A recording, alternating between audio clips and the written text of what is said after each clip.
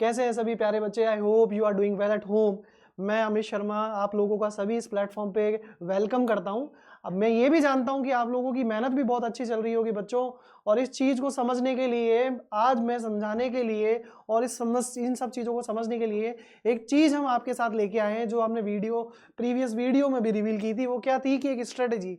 कौन सी स्ट्रेटेजी? उस स्ट्रेटेजी में हम आपको जहां कहीं भी 5% और 10% का डाउट होगा, उस 10% के डाउट को भी हम लोग रिमूव करेंगे, और 100% स्कोर कैसे अचीव किया जाए सीबीएसई बोर्ड एग्जाम्स में, स्पेशली उस मैथ्स के पेपर में जो क्लास 12th के लिए 8th को स्केड्यूल हुआ है, और उसमें हम अचीव करेंगे 100%। और अचीव करने के लिए वो स्ट्रेटेजी आज मैं रिवील करूंगा। और उसके लिए सबसे पहले एक छोटी सी पिक मैं आपको दिखाना चाहता हूं। इस पिक को देखिए, इस पिक को देखकर फील करिए कि इन दोनों स्क्रीन्स में, इन दोनों जो पिक इमेजेस लगी हुई है, इसमें क्या डिफरेंस आप लोगों को दिखाई दे रहा है बेटा। सबसे इंपॉर्टेंट चीज, अगर आपको इनमें डिफरेंस दिखाई दे रहा है तो शायद वो चीज आप थीम नहीं पकड़ पा रहे हो जो मैं आपको देना चाहता हूं। और अगर इनमें आपको सिमिलैरिटी दिखाई दे रही है तो very good, you are at the right path.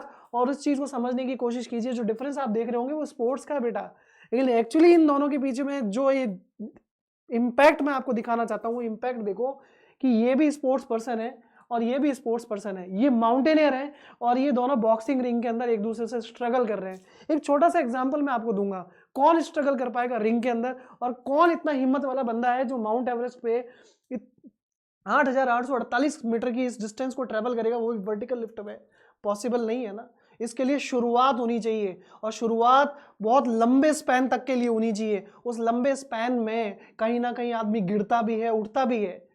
यही चीज समझाना चाहता हूं कि अगर आज अभी नहीं, मैं समझ सकता हूं कि 8 दिन बचे होंगे हमारे पास में, जब आप केमिस्ट्री का पेपर 27 तारीख को दोगे और फिर 8 तारीख को मैथ्स का पेपर दोगे, उसके ड्यूरेशन को यूज करना है अपने को। बट अब जब भी उससे आगे की क्लास की शुरुआत करोगे तो डे 1 से स्टार्ट करना है बच्चों अपने को, मिड से स्टार्ट नहीं करना, क्योंकि शुरुआत से जो चलता है वो आखिरी पड़ाव में पहुंच के बहुत कुछ हासिल कर लेता है। लेकिन जो गलती से हम मिड से या एंड से शुरू करते हैं तो कहीं ना कहीं हमारे माइंडसेट में एक प्रॉब्लम क्रिएट हो जाती है, और वो क्या कि मैं कहीं हार सकता हूं। और ये हमें हारना नहीं है।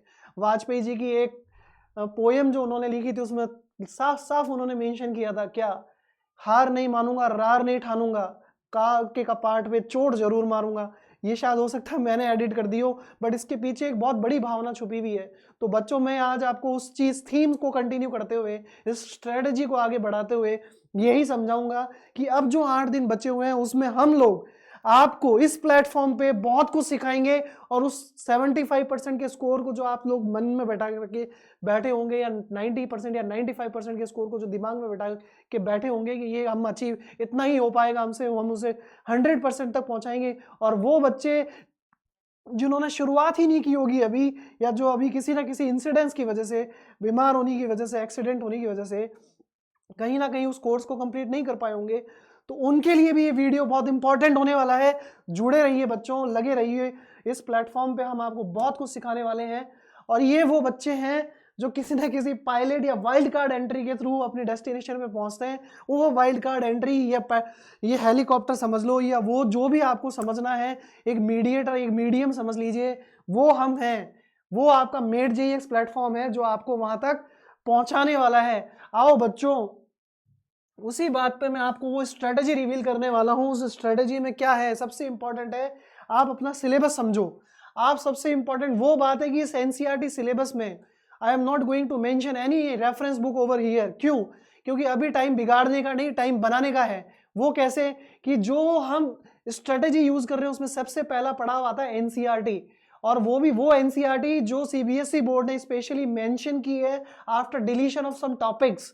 उसके अंदर आपको ख्याल रखना है। अब उस 8 या 9 दिन का जब आप प्लानर बनाएंगे, उस प्लानर में आप ये ध्यान रखेंगे कि आपको सिर्फ और सिर्फ अब जो टॉपिक बचे हैं उन पे काम करना है, और जो काम करना है वो किस तरीके से करना है वो मैं आपको बताने वाला हूं। उसमें सबसे आगे जो आएगी सबसे पहली चीज वो है time management and time allocation. Time management और अलोकेशन दोनों अलग अलग हैं, बिल्कुल अलग है बच्चों। टाइम मैनेजमेंट और टाइम अलोकेशन में बहुत डिफरेंस है। अलोकेशन मतलब आपको अपना टाइम डिस्ट्रीब्यूट करना है आपके गुड वर्क्स के लिए, और टाइम मैनेजमेंट टाइम मैनेजमेंट कई कई बार अपन बहुत धोखा खा जाते हैं या खुद को धोखा दे देते हैं ये कह के कि चलो मैं तो खाना खाने निकल लेता हूँ, टीवी भी देख लूंगा, देखते देखते 1.5 घंटा निकल लिया। नहीं बेटा, अब वो 8 दिन का 9 दिन का टाइम है, वो मस्ती के लिए नहीं, अपने को फुल्ली डेडिकेट होके दे दिखाने का है कि अब जो मैं काम करूंगा वो बिल्कुल किसी बिना एक्सक्यूज के फुल डेडिकेशन और कमिटमेंट के साथ करूंगा, क्योंकि सर ने मुझे ये कमिटमेंट दी करने के लिए खुद से कहा है। और अपने को यही ध्यान रखना बेटा कि आपको अपने 9 दिनों का स्केड्यूल बनाना है। उन 9 दिनों के स्केड्यूल के अंदर हर दिन आपको 1 से 2 चैप्टर के कॉन्सेप्ट्स क्लियर करने हैं। कॉन्सेप्ट्स क्लियर करने के बाद आपको प्रीवियस ईयर क्वेश्चंस पे आना है और उन प्रीवियस ईयर क्वेश्चंस को आप अच्छे से सॉल्व करो। नहीं होता है उनका सॉल्यूशन देखो, ट्रिक पकड़ो, कॉन्सेप्ट पकड़ो, फिर से अटेम्प्ट करो, सिमिलर क्वेश्चंस को अटेम्प्ट करो और देखने की कोशिश करो क्या आप वो कर पा रहे हो। और उसी चीज के लिए चिंता बिल्कुल नहीं करना, घबराने का नहीं, टेंशन नहीं लेने का, बेफिक्र रहने का। मैं अमित शर्मा आप लोगों को प्रीवियस ईयर क्वेश्चन के साथ रिवीजन, पूरा कंप्लीट रिवीजन 12th का लेके आ रहा हूं जल्दी, और वो वीडियो भी आने वाला है। उससे पहले अब अपन देख लेते हैं कि इस स्ट्रेटेजी में और क्या कवर कर सकते हैं हम। सर इंपॉर्टेंट बात, टाइम मैनेजमेंट का थोड़ा सा ध्यान रखना बच्चों, it is totally different from allocation. आप अपने काम के लिए, प्लानर के लिए जो अलोकेशन करेंगे उसको बिल्कुल फिक्स रखें, बीच में जो भी टाइम बिगड़ रहा है उसको आप मैनेज करें। Is it clear? चलते हैं आगे। उसके बाद आती है हमारे पास में वही बात जो मैंने आप लोगों को बोली थी, क्या कि आप mock test previous year question करने के बाद, एनसीईआरटी से कॉन्सेप्ट सीखने के बाद और जो मैंने पढ़ाया वो समझने के बाद आपको सिर्फ एक ही काम बचता है। वो क्या?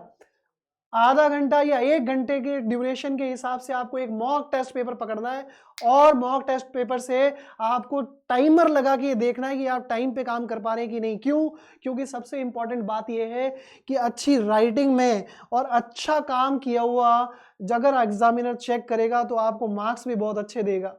क्लियर है? उसमें आपको टाइमर जरूर याद रखना है ताकि आप अपना टाइम के साथ पेपर फिनिश कर सकें और फिनिश करने के बाद उसको चेक भी कर सकें कि मेरा कोई क्वेश्चन छूट तो नहीं गया है।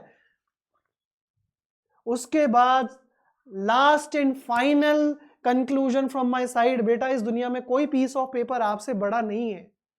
करेक्ट है? कोई भी पेपर हो, कोई भी एग्जाम हो, वो आपसे बढ़कर नहीं है। खुश रहें, खुश रहने की कोशिश करें। नहीं रह सकते तो अपने पेरेंट्स को देखें, उनसे बात करें, अपने स्ट्रेस को खत्म करने की कोशिश करें। स्ट्रेस नहीं करना है बिल्कुल भी। हम आपके साथ हर कदम पे हैं, आपके बैकबोन की तरह हैं, आपको बहुत अच्छा देंगे और इस प्लेटफॉर्म पे आप बहुत कुछ सीख के जाएंगे। Be happy, be cool and calm, you will get your achievement. Damn sure हूं मैं इस चीज के लिए, चाहे वो बच्चा 100% लाना चाह रहा हो जिसने साल के शुरू से मेहनत की है, या फिर वो बच्चा जो अब बेचारा किसी ना किसी कारण की वजह से शुरुआत करने की कोशिश कर रहा हो, दोनों अपने टारगेट अचीव करोगे। Thank you so much. जुड़े रहिए इस प्लेटफॉर्म के साथ। You will get your goal, your achievement and target, and we are with you at any cost, at any time. Thank you so much बच्चों। आज जितना आपको अपने स्ट्रेटेजी समझाई है उसे आप यूज में लें और अच्छा करने की कोशिश करें। Thank you so much, thank you so much बच्चों।